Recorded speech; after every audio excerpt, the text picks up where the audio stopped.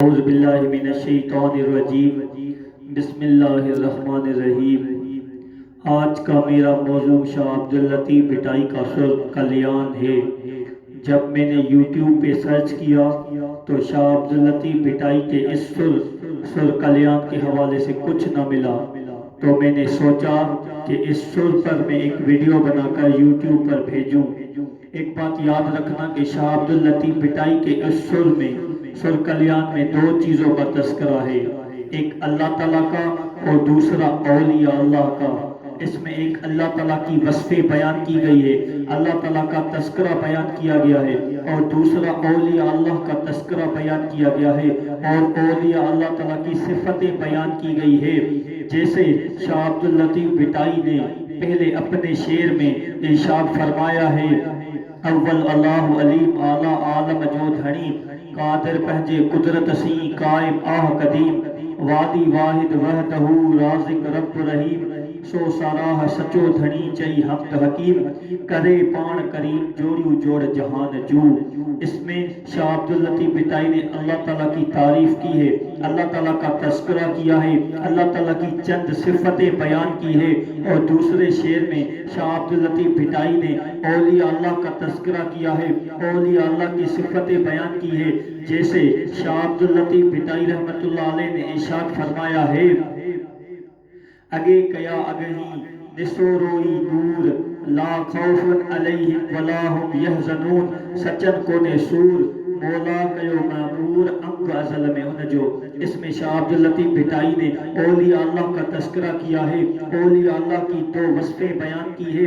جیسے قرآن نے ارشاد فرمایا ہے، الا ان اولیاء اللہ لا خوف علیہم ولا ہم یحزنون، خبردار بے شک اولیاء اللہ تعالیٰ نہ خوف رکھتے ہیں نہ غمگین رہتے ہیں۔ یہ دو صفتیں اولیاء اللہ کی ہے۔ شاہ عبداللطیف بھٹائی نے اس سر میں اولیاء اللہ کی، اس شعر میں اولیاء اللہ کی وصفیں بیان کی ہے۔ اس کا مطلب اس سر میں، سر کلیان میں ایک اللہ تعالیٰ کا تذکرہ ہے اور دوسرا اولیاء اللہ کا تذکرہ ہے۔ اور ایک بات یاد رکھنا کہ جو کلیان لفظ ہے وہ سنسکرت سے لیا گیا ہے، اس کا معنی ہے سکون، اطمینان، چین۔ یہ جو سر پڑھتا ہے اس کے دل کو سکون ملتا ہے، چین ملتا ہے، اطمینان ملتا ہے۔ اور اس شعر میں اللہ کا تذکرہ ہے اور اولیاء اللہ کا تذکرہ ہے۔ ایک بات یاد رکھنا کہ اللہ تعالیٰ کے ذکر سے اور اولیاء اللہ کے ذکر سے دلوں کو سکون ملتا ہے، اطمینان ملتا ہے، چین ملتا ہے۔ اس لیے اس سر میں تذکرہ ان دونوں کا ہے، اور اس سر کو پڑھنے سے دل کو سکون ملے گا، اطمینان ملے گا۔ جیسے قرآن میں اللہ سبحانہ وتعالیٰ نے فرمایا ہے، الا بذکر اللہ تطمئن القلوب، خبردار اللہ تعالیٰ کے ذکر کرنے سے دلوں کو سکون ملتا ہے۔ اس کا پتہ چلا کہ اللہ تعالیٰ کے تذکرے سے دل کو سکون، اطمینان اور چین ملتا ہے، اور اس سر سے بھی اس لیے دلوں کو سکون ملتا ہے کیونکہ اس میں اللہ تعالیٰ کا تذکرہ ہے۔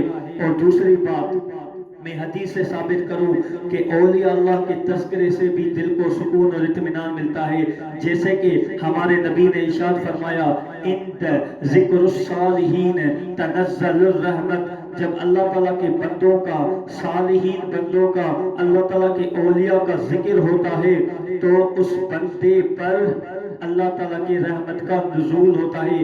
یہاں رحمت سے مراد سکون ہے، اطمینان ہے اور چین ہے، کیونکہ تفسیر مظہری جو مفتی عبد الدائم نے اس میں ایک تذکرہ کیا ہے، وہ لکھتا ہے کہ رحمت کی معنی رقت قلب ہے، یعنی رحمت سے مراد دل کا سکون ہے، دل کا اطمینان ہے اور دل کا چین ہے۔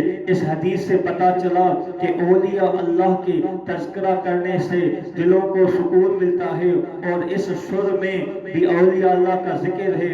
جو اس سر میں اولیاء اللہ کا ذکر کرے گا اس کو بھی دل کا سکون ملے گا۔